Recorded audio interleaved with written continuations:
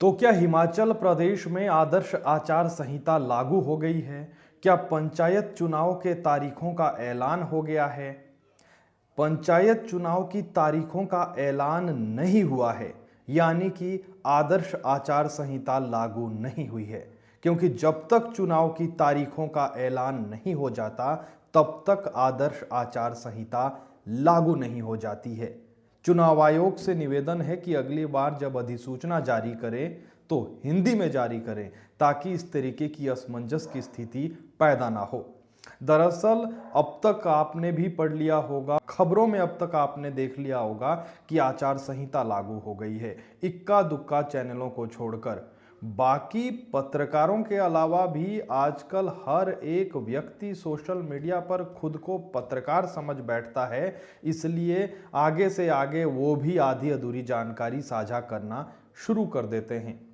लेकिन खबर यह है कि आदर्श आचार संहिता हिमाचल में लागू नहीं हुई है, ना ही हिमाचल प्रदेश में पंचायत चुनाव की तारीखों का ऐलान हुआ है। तो फिर हुआ क्या है? नोटिफिकेशन जो आई है उससे असमंजस की स्थिति इसलिए पैदा हुई क्योंकि लोगों ने ध्यान से उसे पढ़ा ही नहीं।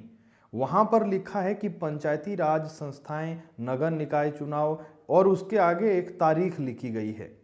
किसी की 26 जनवरी 2026, किसी की मार्च 2026। ऐसे में कई लोगों ने उसे ऊपर ऊपर से पढ़ा और उनको लगा कि ये चुनाव की तारीखें हैं आगे और 26 जनवरी 2026 को चुनाव हो जाएंगे। लेकिन ऐसा नहीं है।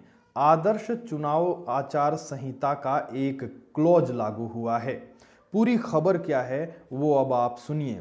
दरअसल विकास कार्यों पर कोई असर नहीं पड़ेगा क्योंकि संपूर्ण आदर्श चुनाव आचार संहिता लागू नहीं हुई है।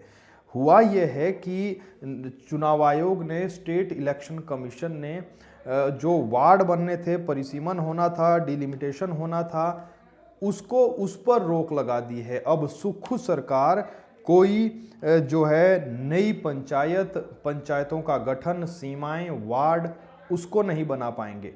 तो खबर यह है कि डिलिमिटेशन पर रोक लग गई है। स्टेट इलेक्शन कमीशन के जो एक नोटिफिकेशन है उसके मुताबिक मॉडल कोड ऑफ कंडक्ट 2020 के प्रावधान को लागू किया है, एक आचार संहिता के क्लोज को लागू किया है, जिससे जो पंचायत चुनाव की वर्गीकरण है, संरचना है, नए तरीके से सीमाओं, वार्ड में बदलाव होना था, वो नहीं होगा।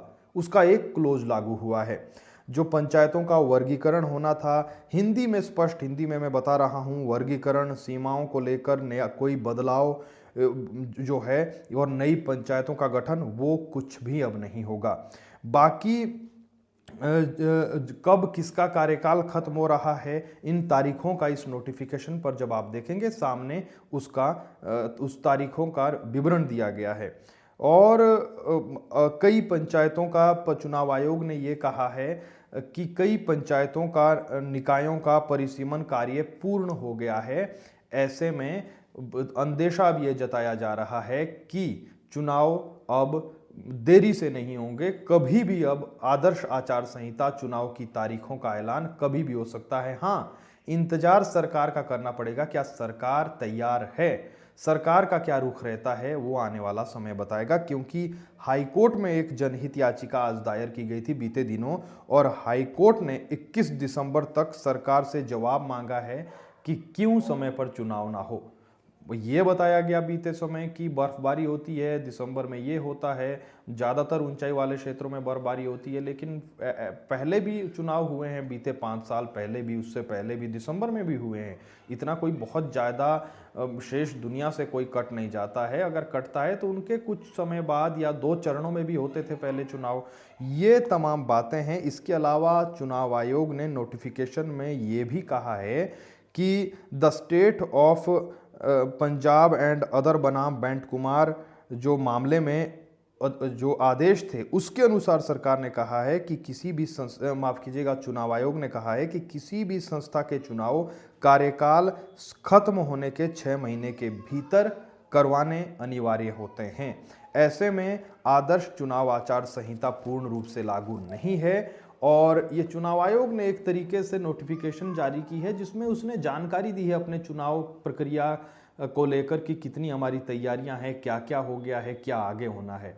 ऐसे में आधी अधूरी जानकारी से आप भी बचें। नहीं पढ़ा था या पढ़ नहीं पाए या समझ नहीं आया तो किसी दूसरे का चेप कर आगे पीछे करना आम जनता से खासकर जो शेयर कर रहे हैं, असमंजस की स्थिति पैदा होती है। बाकी पत्रकारों का तो काम है कि अगर असमंजस की स्थिति है उसको दूर किया जाए, वरना फिर पत्रकारिता के लहजे में इसे अगर हम देखें तो फिर इसे पत्रकारिता खबरों का शीघ्र पतन कहा जाएगा। जैसा अभी मैं एक कमेंट में देख रहा था, हमारे बहुत वरिष्ठ पत्रकार हैं, उन्होंने एक कमेंट में जिक्र किया कि ये पत्रकारिता का खबरों का शीघ्र पतन है, क्योंकि इस तरीके से ब्रेकिंग की होड़ में होता रहता है। हाँ, आचार संहिता आप कह सकते हैं, लेकिन इस तरीके से खबर की आचार संहिता ही लागू हो गई नहीं है। आचार संहिता का एक क्लोज लागू हुआ है। संपूर्ण आचार संहिता, संपूर्ण आदर्श आचार संहिता तब लागू होती है जब चुनाव की तारीखों का ऐलान हो जाए।